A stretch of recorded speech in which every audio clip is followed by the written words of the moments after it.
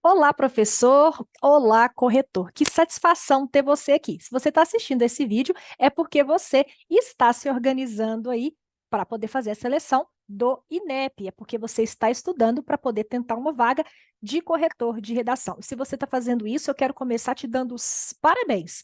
Parabéns por estar investindo na sua carreira enquanto corretor. Parabéns por se dar essa oportunidade de trabalhar no maior exame do nosso país.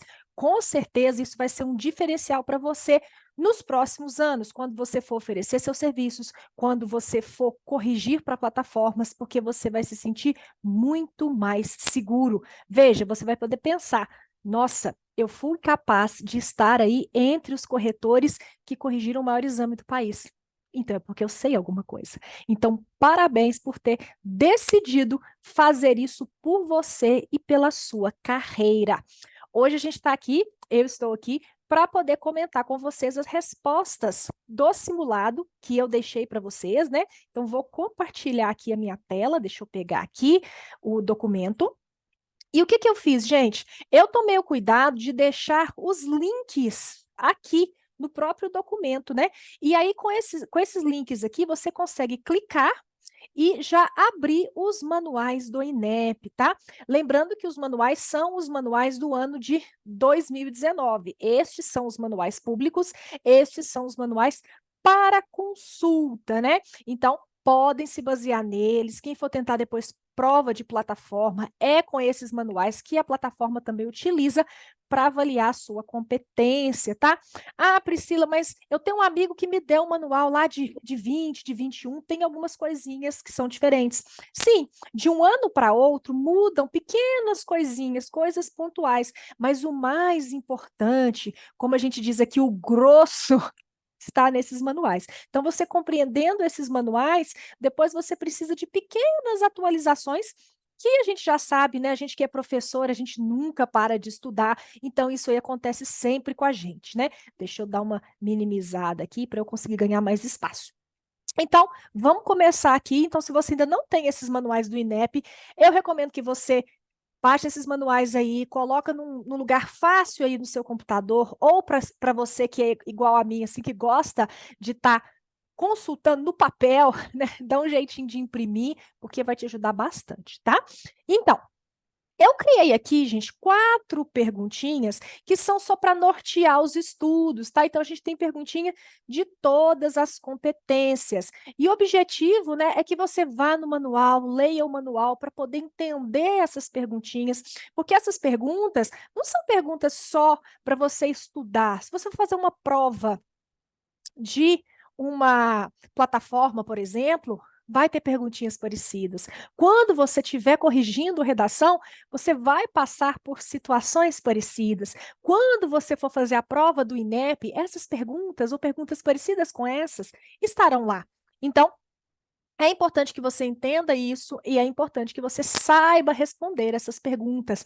Lembrando que, né, consulte, busque, leia, converse com outras pessoas, não há problema nenhum em fazer isso, né? O conhecimento ele vem a partir do momento que a gente vai fazendo aí essas interações. A gente que é professor sabe muito disso, né? Então vamos lá, vamos começar com as perguntinhas para a gente poder entender aí as respostas e a gente conversar um pouquinho. Então, pergunta número 1. Trechos como: essa prova deveria ser mais bem elaborada, essa redação avalia pouco a minha escrita, nesse tema, irei bem. Esse tipo de perguntinha, esse tipo de sentençazinha na redação, vai ser marcado como o quê? Fuga ao tema, uma vez que não estás tratando do tema da redação. Parte desconectada, visto que apresenta uma reflexão do participante sobre a prova ou sobre o seu desempenho. Parte desconectada, pois zomba da seriedade do exame, distraindo o corretor da sua função. Forma elementar de anulação, pois em muitos desses casos, o participante faz essas reflexões com o intuito de caçoar do exame. Não atendimento à tipologia textual, visto que foge à objetividade que deve ser buscada nos textos Enem. Bom, pessoal, lá no manual a gente tem vários momentos lá que fala sobre essa questão de situações, né? E dentro dessas questões de situações, a gente tem a questão que eles chamam de PD, que é parte desconectada, que é exatamente o que acontece aqui, né? Isso é uma parte desconectada do texto, né? Então, vai ser marcado como parte desconectada e vai ser parte desconectada, visto que apresenta uma reflexão sobre a prova ou sobre o seu desempenho. Vamos voltar aqui? Olha só, essa prova deveria ser mais bem elaborada, uma reflexão sobre a prova. Essa redação avalia pouco a minha escrita, também reflexão sobre a prova, e nesse tema irei bem. Então, essa daqui, ó, vou colocar de amarelinho, letra B, parte desconectada, visto que apresenta uma reflexão sobre a prova ou sobre o seu desempenho. É muito importante, quando você estiver estudando, que você volte nessa questão das situações, porque sempre tem uma perguntinha sobre situação, seja na plataforma, seja em qualquer lugar que você for tentar uma vaguinha de corretor, porque eles querem ver se você está entendendo aí essas questões, tá bem? Vamos passar então para número 2. Veja lá. Na sentença, estratégias mais amplas e incisivas se fazem necessárias.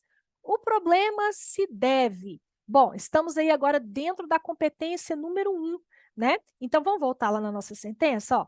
Estratégias mais amplas e incisivas se fazem necessárias. Então eu tenho aí uma porção nominal, né? E tenho depois o predicado, sujeito e predicado. Isso é um erro tão comum, gente, tão comum dos meninos, né? Que é a separação indevida do sujeito do predicado pela vírgula. Isso acontece muito, especialmente quando eles colocam trechos nominais maiores ou quando eles intercalam muitas coisas, né? Então, isso acontece, né? Quando a gente pega, inclusive, né? Deixa eu puxar aqui para mostrar para vocês o manual da competência número 1, né? Deixa eu pegar meus manuais aqui, que eu já deixei todos eles abertos, né? Quando a gente pega lá o manual da competência número 1, a gente vê essa questão muito comum quando a gente fala de vírgula. Eu vou compartilhar com vocês aqui, deixa eu só puxar aqui de novo, porque eu sei que quando eu estou aqui no Zoom, às vezes ele não muda a tela. Então, vamos aqui, ó. Aqui, então, dentro da competência número 1, a gente vai ter várias questões, tá? Sobre a vírgula. Então, eu recomendo, deixa eu voltar aqui em cima, no comecinho do documento, porque aí eu consigo mostrar para vocês melhor. Eu recomendo aí a leitura atenciosa, né? Vamos ver aqui, ó, matriz de referência, desvios, né?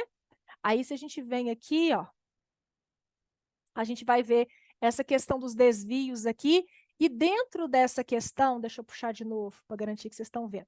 Dentro dessa questão dos desvios, a gente vai ter as questões aqui, tá? Regência, concordância, pontuação, emprego de pronomes, e a gente vai ter a questão da vírgula aqui também muito forte. Então, dá uma olhadinha lá no manual da competência número 1, que vocês com certeza vão encontrar aí questões relacionadas à vírgula, tá? Seja em textos, aqui, ó, achei aqui o que eu queria, página 35. Deixa eu puxar de novo aqui.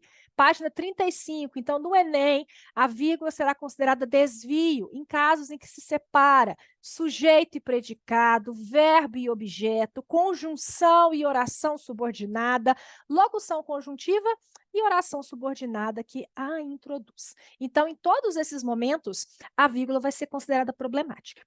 Aí talvez você esteja me escutando, esteja pensando assim, ah, Priscila, mas tem um manual lá do Sintra que fala do caso X da vírgula. Tem o Segala que fala não sei o que da vírgula. Então, vou deixar um recado muito importante para você. Acalme o seu coração. Nós estamos falando de redação de nível médio, nós estamos falando de Enem. E a nossa Bíblia, vamos falar assim, o nosso fio condutor é a gramática que está ali no INEP, é o manual da competência número 1. Então, a gente não vai entrar em pormenores, tá? Se nem os gramáticos chegaram a certas conclusões, quem somos nós para brigar com eles, não é verdade? Então, nós vamos buscar aí, reduzir os nossos estudos, tá? Focar no manual da competência número 1 e nas situações que ele apresenta. As outras situações, a gente deixa para outros momentos, caso você venha trabalhar aí com concurso público, fazer recurso, banca de concurso ou de outros vestibulares. Mas quando a gente fala do Enem, a gente vai se basear nestes 5 livrinhos, que já tem coisa demais para a gente ver, que já tem coisa demais para a gente poder estar estudando, então não justifica buscar outras coisas, tá? Então a vírgula para nós, ela vai estar aí marcada nesses momentinhos. Aí, deixa eu puxar aqui de novo o nosso simulado, né? Para a gente poder continuar. E deixa eu voltar aqui. Aqui no Zoom, gente, eu gosto de garantir que tá certinho, porque já aconteceu de eu gravar uma aula inteira e não tá compartilhando, vocês acreditam? Então, agora eu gosto de sempre checar. Então, nesse caso aqui, a gente tem um problema aí no número 2, que é o quê?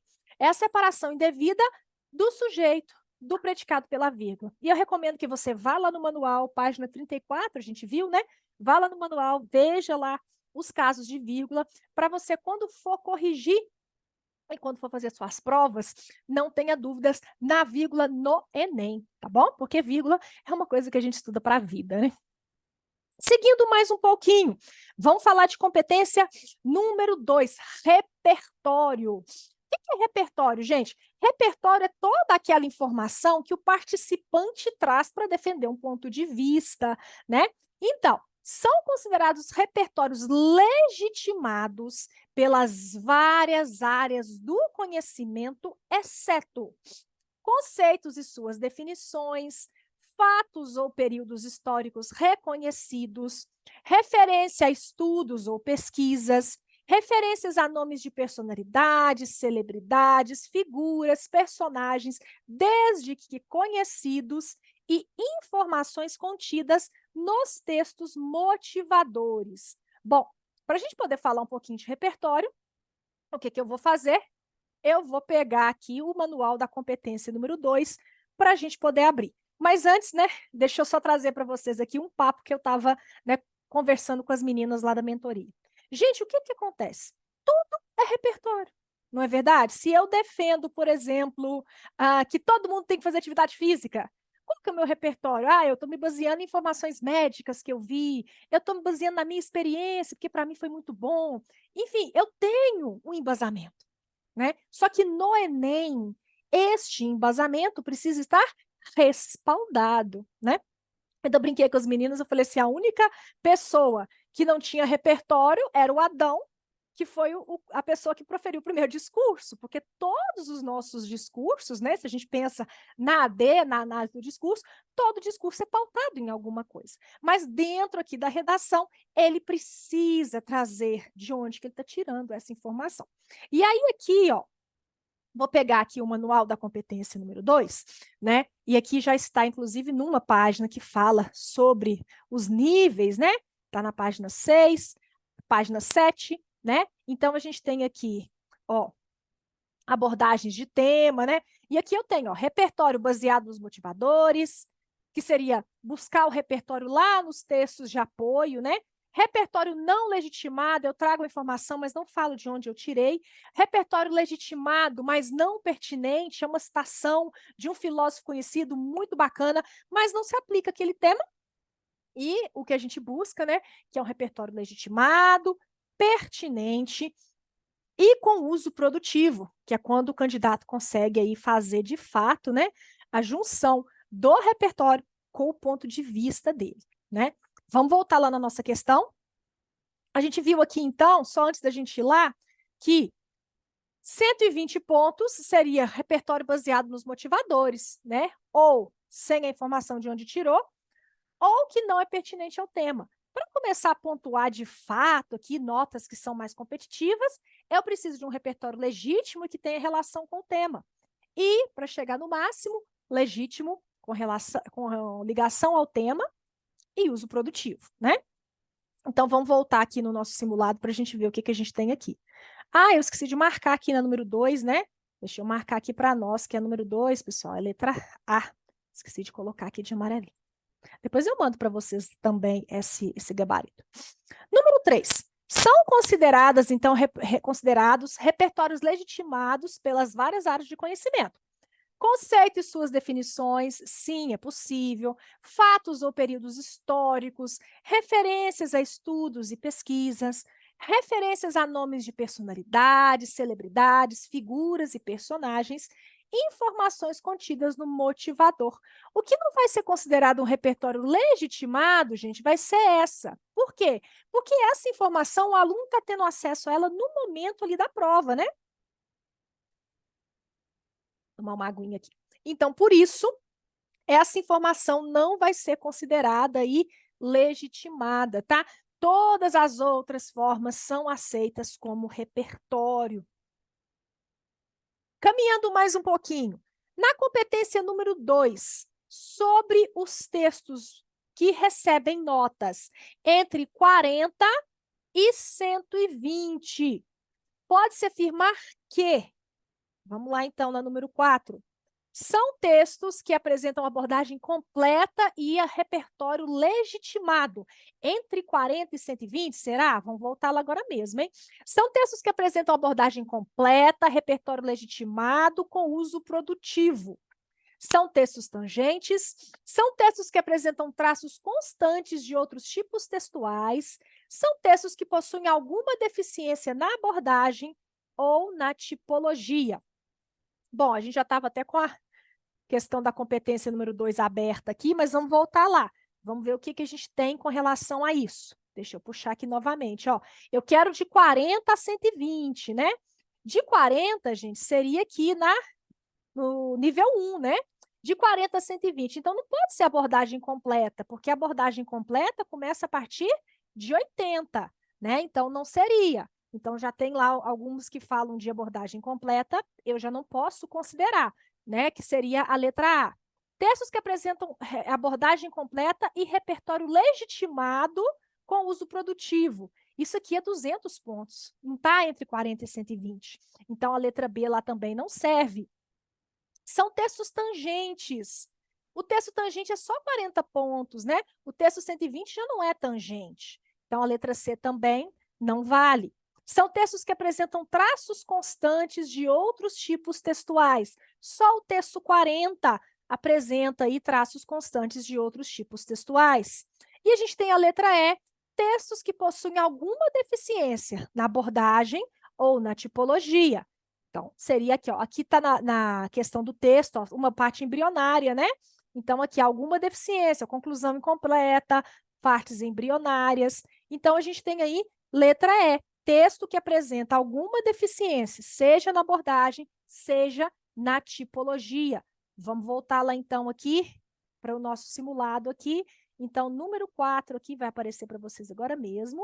Deixa eu marcar de amarelinho aqui. Letra E. Né? Tem que tomar cuidado com isso, porque às vezes a questão ela é meio verdade, né? Então, de 40 a 120, sim, pode ser tangente, mas só o 40, pode ser com abordagem completa, mas o 40 não é. Então, tem que ir olhando aí um por um. Para atingir, vamos para a perguntinha de C3 agora, hein? Para atingir 200 pontos na competência número 3, o que será que o aluno precisa de apresentar? Deixa eu puxar o manual aqui da competência número 3, para a gente poder ver o que é um texto, então, 200 nessa competência. Vamos voltar aqui na parte onde a gente tem lá a gradação da nota, né? Vamos ver, costuma estar lá no comecinho do manual, aqui, ó. Aqui já está falando dos níveis. Deixa eu subir mais um pouquinho aqui para ver se eu acho aqui. Tá mais um pouquinho para cima. Aqui, ó, achei. Então, está na página número 10, né? Então, ele quer saber o que precisa de ter para ficar com 200 na competência 3. Vamos ver aqui, ó. 200, então, vai ser nível 5. É preciso um projeto de texto estratégico, com desenvolvimento das informações, fatos e opiniões em todo o texto. Lembrando que tem uma colherzinha de chá, veja só. Aqui se admitem deslizes pontuais, seja no projeto ou no desenvolvimento.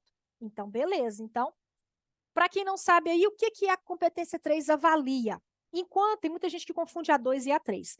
Enquanto a competência 2 avalia as informações que o aluno, né, trouxe para poder fazer com que o ponto de vista dele faça sentido, para comprovar o ponto de vista dele, ou seja, o repertório, e também a tipologia, se ele é dissertativo ou argumentativo. A competência número 3 é a competência que avalia como que ele organiza e interpreta essas informações, fatos e opiniões, para poder defender um ponto de vista. Tá? Então, é a competência da autoria. Lembrando que, dentro do Enem, a autoria, gente, é diferente do que a gente conhece de autoria aí fora, né? A autoria fora do Enem, o que que é?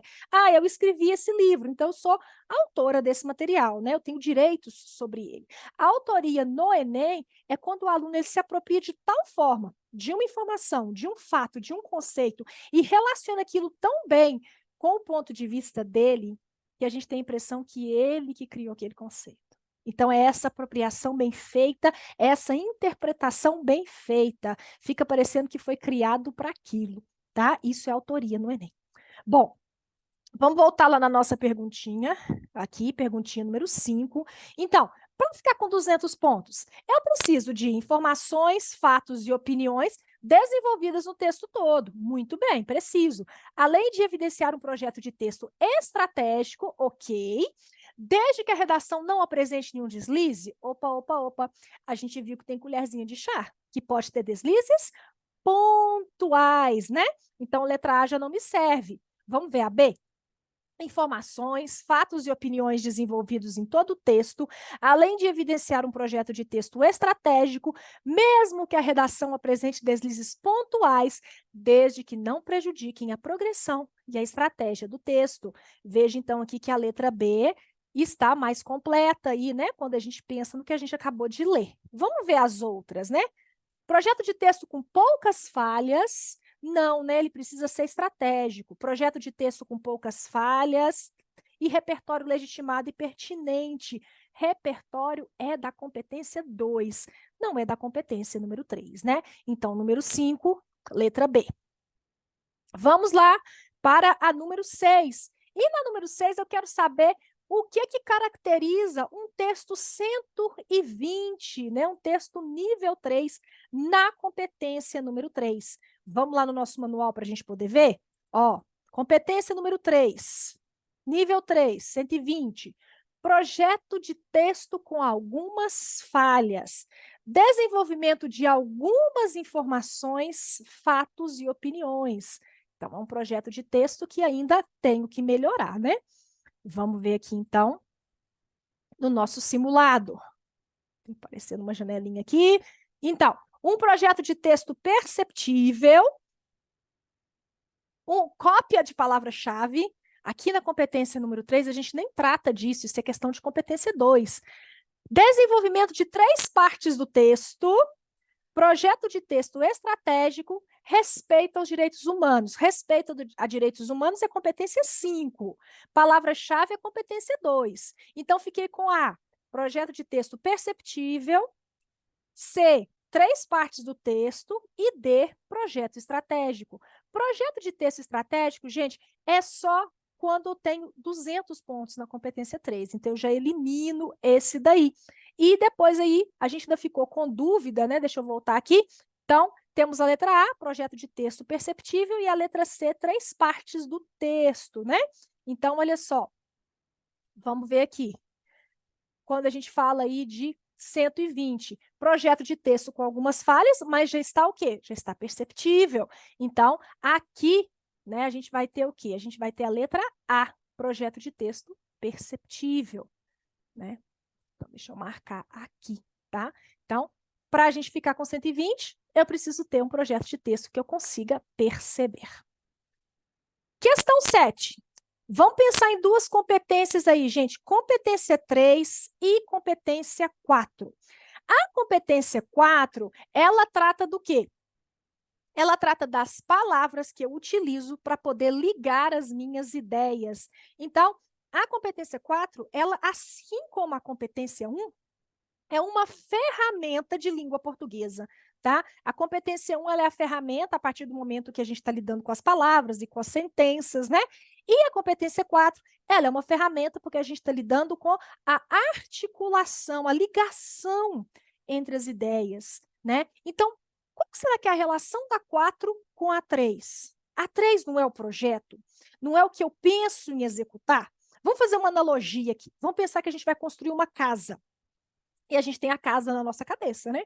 Ah, eu quero que tenha 3 quartos, uma sala, uma garagem que caiba aí um carro, eu quero uma varandinha. Isso é o projeto na minha cabeça, né? E eu preciso que alguém, né, me ajude na execução desse projeto, para ele sair da minha cabeça e ele acontecer, né? E aí, esse projeto seria C3, tá? E a forma como ele vai aparecer seria C4. Tá? Que seria o quê? Um projeto, um desenho de um arquiteto, de um design, não sei como é que funciona, não sou da área, mas só para a gente entender. Então, a competência 3 é aquilo que está internalizado na cabeça do aluno, do estudante. Agora, como que isso vai aparecer? Ele quer fazer uma oposição. Como que ele vai colocar essa oposição no papel? Ah, ele pode colocar com um entretanto, com um porém, com um mas. Olha, ele saindo aí, né, do mundo, campo das ideias e colocando no papel. Então, é essa relação que a gente tem, tá? Vou puxar aqui de novo, entre a competência número 3 e a competência número 4. Então, a competência 3, ela trata da estrutura profunda. E a competência 4, da manifestação, ou seja, da superfície do texto, né? Então, a gente tem isso aí na letra A.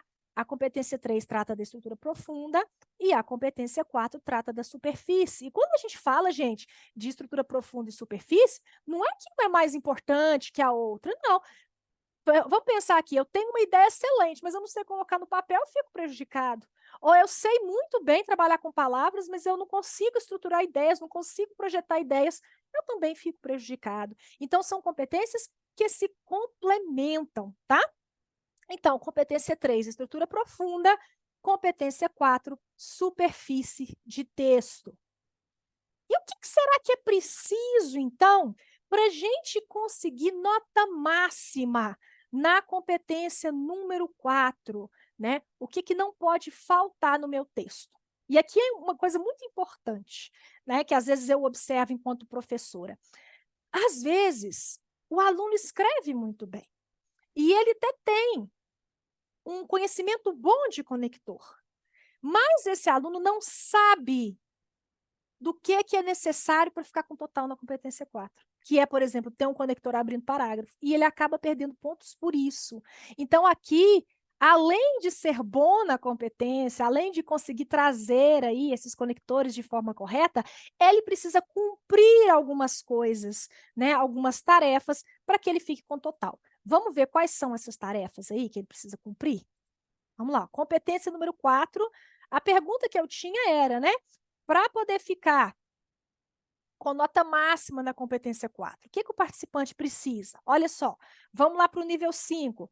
Presença expressiva de elementos coesivos, de palavrinhas de conexão, inter e intraparágrafos, ou seja, dentro e ligando um parágrafo ao outro. Raras ou ausentes repetições e sem inadequação. Mas tem uma questãozinha aqui embaixo, olha só, em letras menorzinhas.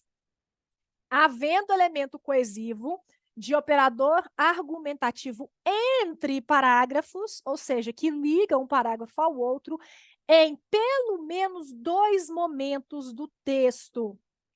E pelo menos um elemento coesivo de qualquer tipo dentro de todos os parágrafos. Nossa, Pri, mas o aluno ele foi super bem, mas ele não colocou operador argumentativo entre parágrafos. O que vai acontecer com ele? Vai perder nota, gente, porque aqui é elemento obrigatório, tá? Então, é preciso que seja cumprido. Então, por isso a gente precisa avisar os nossos alunos, por isso se você corrige para a plataforma, você precisa colocar esse bilhete para o aluno, porque às vezes um não conhecimento, um desconhecimento aí, vai incorrer em desconto de nota, que talvez deixe ele até de fora daquela faculdade, daquela universidade que ele queria, né? Então, aqui, ó, número 8, voltando para a questão. Para atingir a pontuação máxima, o que ele precisa? Vamos ver lá, ó. Apresentar presença constante de elementos coesivos inter e interparágrafos, ok, certinho. E poucas repetições e poucas inadequações, não pode haver inadequação, né, gente? Então, já não serve. Apresentar a presença constante, havendo pelo menos um elemento coesivo entre parágrafos? Não, tem que ser 2 elementos, né? Apresentar presença constante, raras ou ausências, repetições e sem inadequações. Mas não falou aqui quantos elementos coesivos, né? Vamos ver se a gente tem um mais completo? Vamos lá. Ó. Apresentar presença constante de elementos inter e intra, havendo elemento coesivo entre parágrafos em pelo menos 2 momentos do texto, ok? E pelo menos um elemento coesivo de qualquer tipo dentro de todos os parágrafos, ok? Quanto às repetições, devem ser raras ou ausentes e sem inadequações. Aqui parece que está o mais completo, né? Mas vamos dar uma olhadinha na letra E. Apresentar presença constante de elementos, havendo elemento coesivo entre parágrafos e pelo menos um momento. Não é um momento, tem que ser 2, né? Então, já sei que nesse caso aqui vai ser letra D. Então, vamos marcar aqui, número 8, letra D. E agora, as nossas 2 últimas perguntinhas são sobre a questão da proposta de intervenção, tá? Então, vamos pensar que o Enem, né, gente, ele é diferente de qualquer outro tipo de texto, porque ele vai trabalhar aí com essa questão de intervenção social, né? Então, uma outra redação de vestibular, ou você que vai trabalhar com alguém que vai fazer concurso público, não precisa disso, mas o Enem pede e a gente tem essa questão da proposta de intervenção. Então, a nossa perguntinha era, né, são considerados agentes de efeito nulo, exceto. Vamos pegar o manual da competência número 5, ó. Quem é o agente? É quem executa a ação, né? Quem que é o agente nulo, que não é contabilizado? Temos alguns aqui, ó. Alguém, ninguém, alguns, uns e outros, você. E verbo no imperativo, desde que não haja vocativo. Vamos, então, buscar aqui, ver quais seriam os agentes nulos e qual que seria a exceção. Deixa eu pegar aqui de novo. Ó, alguém, ninguém, uns e outros, acabamos de ver que são agente nulo. Nós oculto, algum de nós, todos nós, quando não especificados, ok. Verbo no imperativo, quando não ocorre a presença de vocativo. Termos que não permitem a identificação do ator social para execução. E, finalmente, escolas e professores. Escolas e professores, né, gente, não são agentes nulos, são agentes contabilizados. Então, como a questão pede para mim a exceção, eu tenho aí letra E. As escolas e os professores não são considerados agentes nulos. E a última perguntinha, das ações abaixo, todas são consideradas de efeito nulo, exceto. Então, vamos lá. Na competência 5, eu preciso do agente, eu preciso da ação, né? O que vai ser feito, eu preciso do meio, que é como vai ser feito, né? E eu ainda tenho a finalidade. E um desses elementos precisa ser detalhado, né? E eu quero, então, das ações abaixo, todas são consideradas de efeito nulo, exceto. Vamos buscar, então, aqui, deixa eu compartilhar aqui o da competência número 5, a questão do efeito, né? Então, ações nulas não são contabilizadas, né? Então, eu tenho aqui, ó, dar o primeiro passo, medidas devem ser tomadas, obstáculos precisam ser superados, é preciso fazer alguma coisa. Vamos voltar na perguntinha, então. É preciso ter mais tolerância? Sim, efeito nulo, né? Deve-se viver em harmonia, adotar uma postura sem preconceito, também efeito nulo. Criação de programas nacionais que elaborem medidas para alcançar o objetivo apresentado. Olha, essa aqui parece completinha, hein? Devemos ter o direito de, e medidas devem ser tomadas. Então, nessa daqui, gente, não é considerado efeito nulo a letra C, tá? Criação de programas que elaborem medidas para alcançar o objetivo apresentado, né? Então, pessoal, terminamos aqui, né, a correção do nosso simulado. Eu aconselho que você dê uma estudada nesse manual de 2019, mesmo sabendo que, Priscila, mas vai vir um manual novo para a gente. Sim, mas o que é mais fácil? Você pegar só o que mudou desse manual novo e dar uma atualizada, ou você começar do zero com esse manual novo? Então, se você quer de verdade estar nesse curso aí, ser um corretor que vai trabalhar aí para essa grande oportunidade, que é a correção do Enem, eu recomendo a você que comece sim a estudar o manual de 19, a entender, a buscar aí essas questões de todas as competências, para que quando chegue aí o momento de você estudar as questões que mudaram, você ter pouca coisa para fazer de atualização. Mesmo porque a gente sabe, quem é professor e está em sala de aula como eu, os meses do segundo semestre, depois que passa agosto, são muito críticos. A gente tem recuperação, a gente tem provas, a gente tem projeto, fechamento de etapa. Então, não deixa para estudar nesses momentos, porque você vai ficar sobrecarregado e a chance de você conseguir diminui bastante. Então, aproveita agora que está mais tranquilo, debruça aí sobre esses manuais, vamos estudar juntos. Eu quero muito saber depois que você conseguiu e que você está caminhando aí para a sua mudança de carreira, que você está caminhando para se dar mais uma oportunidade. Eu me despeço de vocês. Muito obrigado pelo empenho, por estarem aqui comigo, por estarem estudando. A gente se vê nas nossas lives e nos nossos cursos. Beijo grande para vocês e até lá.